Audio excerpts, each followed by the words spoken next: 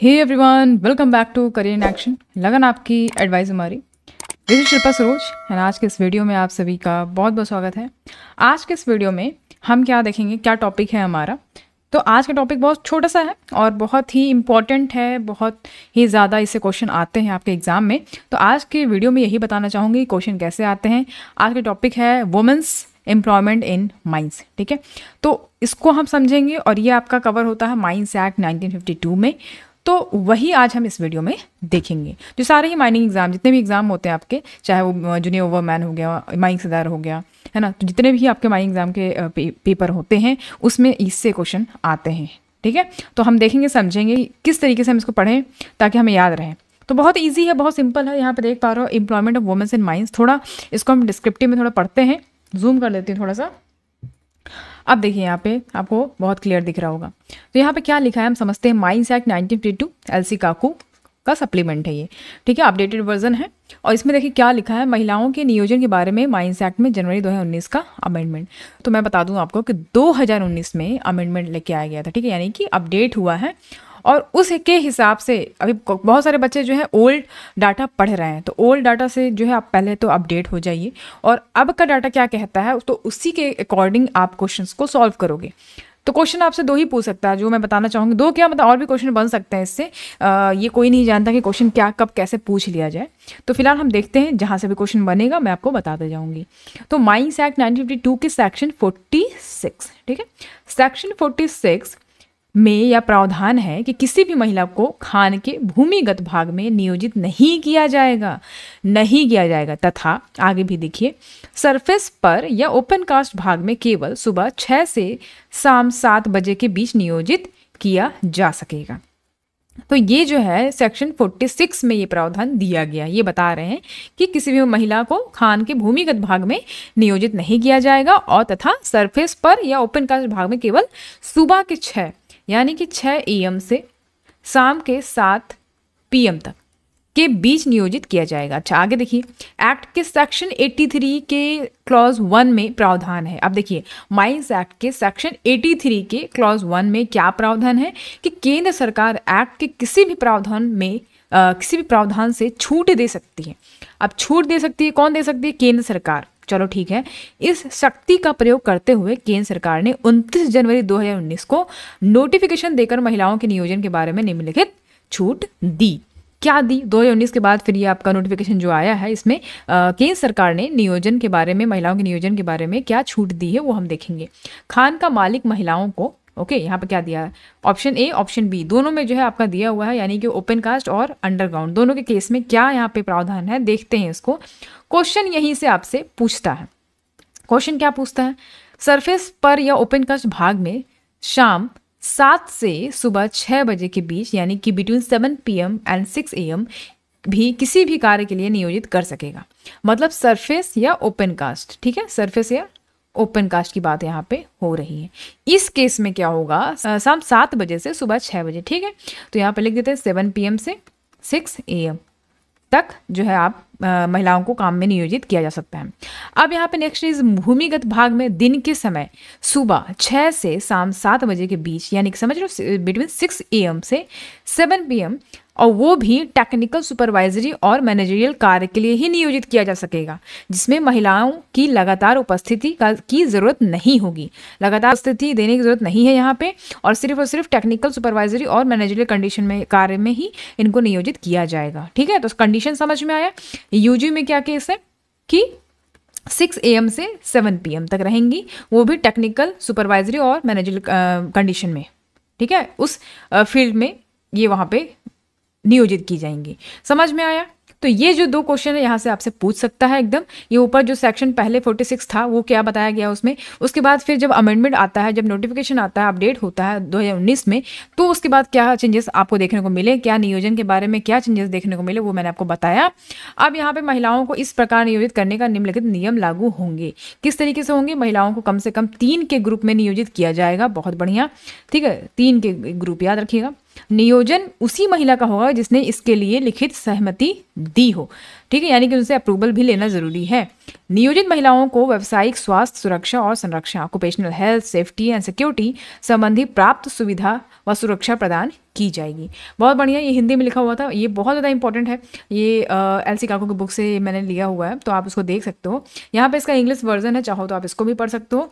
Women's में be employed in mines above ground और below ground, but employment above ground between 7 PM to 6 AM and employment below ground shall be subject to following condition। अब यहाँ पे बोल रहा है कि बिलो ग्राउंड कंडीशन में क्या होगा, कुछ कंडीशन है जिसको हम पढ़ेंगे।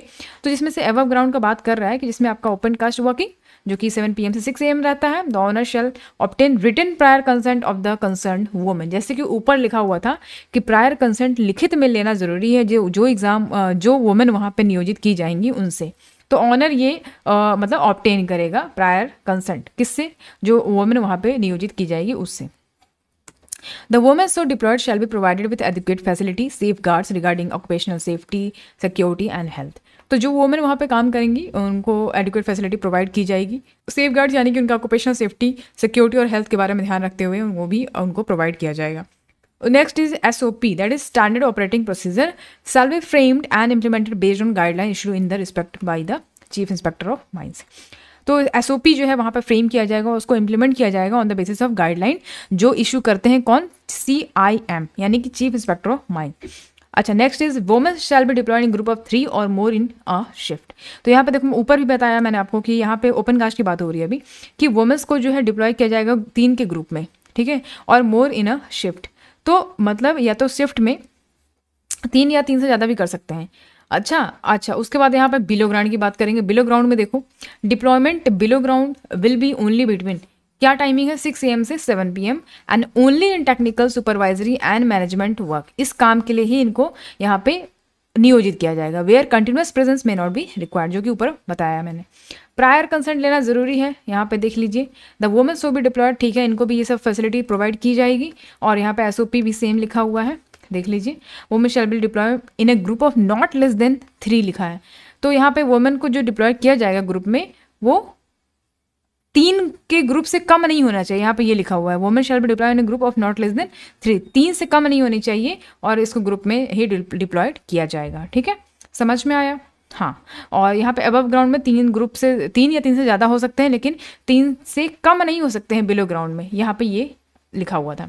नेक्स्ट इंपॉर्टेंट क्या है, women shall be provided an interval of at least 11 hours between end of work on any day and start of work the next day. इसका मतलब ये होता है कि जो वुमेन वहाँ काम कर रही है, नियोजित हैं, ठीक है, वर्क प्लेस पे, तो वहाँ पे ये लिखा हुआ है कि उनको जो है एक इंटरवल, मतलब जो छुट्टी होती है, इंटरवल कह लो कि गैप जो होता है वो काम के दौरान वो कितने घंटे का होना चाहिए, 11 घंटे का होना चाहिए। मतलब किसके बीच में, जब वो काम उनका ख़त्म होता है, मान लीजिए कोई वर्क है, ठीक है, वो ख़त्म हो रहा है और नेक्स्ट डे जब आप काम पे जा रहे हो, काम को स्टार्ट करना है, तो यानी कि जब आप वर्क को ख़त्म करते हो और फिर जब नेक्स्ट डे आप स्टार्ट करते हो वर्क को, उसके बीच का जो इंटरवल है वो 11 घंटा तो होना ही चाहिए।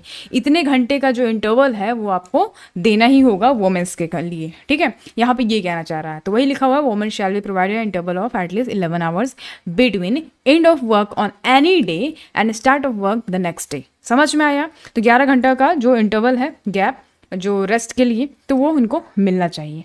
ओके, ऐसा नहीं है कि फिर थके हारे आ रहे हैं तो वहाँ पे काम नहीं कर पा रहे हैं, आपको lack of motivation, lack of activeness, तो फिर क्या करोगे आप, फिर आपसे एक्सीडेंट होने के चांसेस ज़्यादा हैं। तो इसीलिए यहाँ पे प्रॉपर टाइम का यहाँ प्रावधान दिया गया है। ओके, आई होप कि आपको समझ में आया होगा। तो ये बेसिक था कि वुमेन्स के एम्प्लॉयमेंट के बारे में। बाकी आपको हमारा ऐप डाउनलोड करना चाहते हो तो आप हमारा ऐप डाउनलोड कर सकते हो। यहाँ पे आप देख सकते हो, टेलीग्राम को जरूर ज्वाइन कर लीजिएगा, वहाँ पे Monday to Friday daily quiz होते हैं माइनिंग नॉन टेक्निकल पोर्शंस के। और आपको मैं बता दूं कि आप ऐप डाउनलोड करने के बाद आप वहाँ पे जाके वेरियस कोर्सेज को परचेज कर सकते हो और वहाँ पे क्लासेस को कंटिन्यू कर सकते हो। जैसे कि मैं बता दूं कि RPSC यानी कि राजस्थान पब्लिक सर्विस कमीशन ने असिस्टेंट माइनिंग इंजीनियर और जियोलॉजिस्ट का पोस्ट को अभी हाल ही में निकाला था, जिसका अभी एग्ज़ाम डेट भी आ गया है। 7 मई को एग्ज़ाम है आपका 2025 में। तो उसी के लिए जो है बैच रनिंग में है, बैच चल रही है। अगर आपने इस एग्ज़ाम के लिए फॉर्म भरा है और आप तैयारी कर रहे हो तो आप बेझिझक इस बैच को ज्वाइन कर सकते हो। बैच जो है अभी रनिंग मोड में है। ओके, चलो, तो इतनी चीज़ें आपको बतानी थी। बाकी कोई कन्फ्यूज़न हो तो दिए गए नंबर पे कांटेक्ट कर सकते हो और कमेंट सेक्शन में कमेंट ज़रूर कर देना। ओके, तो जल्द ही जल्द CIA पॉडकास्ट शो, सबको पता होगा कि भाई चैनल लॉन्च हो गया है, CIA पॉडकास्ट चैनल, तो जो कि करियर इन एक्शन का ही पार्ट है। उसका लिंक आपको ग्रुप पे मिल जाएगा, टेलीग्राम ग्रुप पे, और वहाँ से उसको प्लीज़ सब लोग, सारे ही सब बच्चे सब्सक्राइब कर दीजिएगा उसको। ग्रोइंग चैनल है तो थोड़ा सा टाइम लगेगा सब्सक्राइबर को गेन करने में, तो आप लोग सब्सक्राइब कर दीजिएगा। पहले गेस्ट से बात हो गई है, अब इंटरव्यू जो है जल्दी ही रिलीज़ होगा और उसको आप देखिएगा तो बहुत ही आपको अच्छा लगेगा। पॉडकास्ट बहुत ही अच्छा लगेगा आपको, बहुत ही कुछ सीखने को मिलेगा। ओके, तो चलो फिर आज का सेशन यहीं पर खत्म करते हैं। यही छोटी सी जानकारी आपको देनी थी, बाकी इसी तरीके से हम नेक्स्ट वीडियो लाते रहेंगे। आज के लिए इतना ही रखते हैं, मिलेंगे आपसे जल्दी नेक्स्ट क्लास में। Thank you so much for watching, see you at the next class.